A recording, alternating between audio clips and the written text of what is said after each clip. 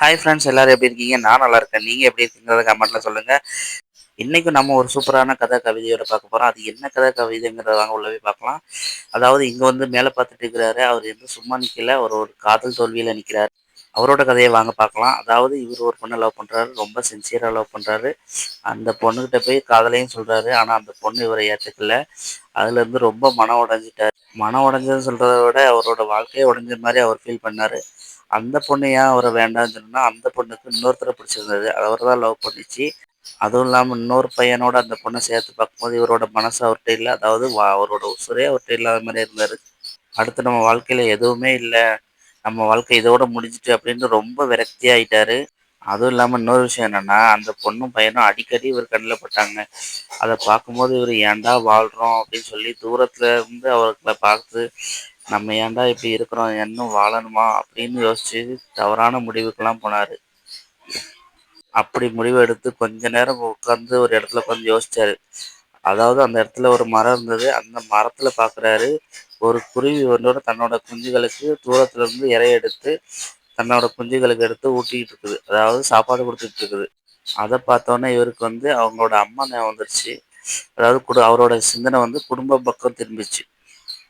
முதல்ல அவங்க அம்மாவ நெனச்சு பார்த்தாரு. அதுக்கப்புறம் அவங்க அப்பா, அப்படியே தன்னோட ஃபேமிலிய நெனச்சு பார்த்தாரு. இவங்கலாம் நம்மளுக்காண்டி இருக்கிறாங்க அப்படின்னு யோசிச்சு பார்த்தாரு. நாம அவங்களுக்காண்டி என்ன செஞ்சோம்?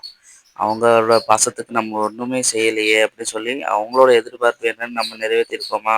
அப்படின்னு யோசிச்சு பார்த்தாரு. அப்படி ஒவ்வொன்னா யோசிக்கிறாரு. அதாவது முதல்ல அப்பா, அம்மா யோசிக்கிறாரு. அப்புறம் ஸ்கூல்ல, அப்புறம் அவங்க சொந்தக்காரங்க. அவங்களுக்கெல்லாம் நம்ம ஏதாச்சும் செஞ்சிருக்கோமா? அப்படின்னு யோசிச்சாரு. நம்ம ஒரு பொண்ண லவ் பண்ணோம். அவ நம்மள லவ் பண்ணல. அதனால காதல் தோல்வின்ட்டு நம்ம இந்த முடிவு தவறான முடிவு எடுத்திருக்கோம். ஆனா நம்ம அப்பா, அம்மாவுக்கும், நம்ம சொந்தங்களுக்கும் அவங்கள எதிர்பார்த்தத நிறைவேத்தாம போனா தான் அதுதான் உண்மையான தோல்வியா இருக்கும் அப்படின்னு சொல்லி, அவங்களோட பாசத்துக்காக வேண்டி வாழ ஆரம்பிச்சாரு. வாழ்ந்தும் காட்டினாரு. அப்படி வாழ்ந்து காட்டி அந்த நடந்தத ஒரு கவிதையா எழுதியிருக்கிறாரு. அது என்ன கவிதைன்னு வாங்க பார்க்கலாம். அந்த கவிதைக்கு ஒரு தலைப்பு வைக்கிறாரு. அதாவது எது தோல்வி அப்படின்னு ஒரு தலைப்பு வச்சு எழுதுறாரு. பெற்றெடுத்த அம்மாவின் ஆசை, பிடித்த தேவைகள் நிறைவேற்றுவதில் தோல்வி, அதற்கு வருத்தப்படவில்லை.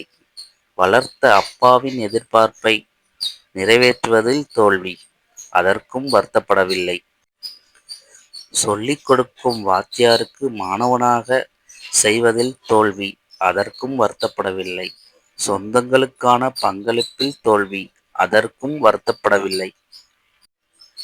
ஆனால் எவ்வளோ ஒருத்தி காதலை ஏற்கவில்லை. தோல்வி என்று வருத்தப்பட்டு இவர்கள் அனைவரையும் வருத்தி தன்னையும் மாய்த்து கொள்ள துணிவதும் தோல்விதான் அப்படின்னு எழுதி அவர் புரிஞ்சுக்கிட்டாரு. அதாவது எது தோல்வி அப்படிங்கிறத புரிஞ்சுக்கிட்டு அவங்க குடும்பத்துக்காண்டி வாழ்ந்தாரு. வாழ்ந்தும் காட்டினாரு. சந்தோஷமா இருந்தாரு. இந்த கதை உங்களுக்கு பிடிச்சிருந்தா லைக் பண்ணுங்க, ஷேர் பண்ணுங்க, கமெண்ட் பண்ணுங்க. மறக்காம சப்ஸ்கிரைப் பண்ணுங்க. Bye friends.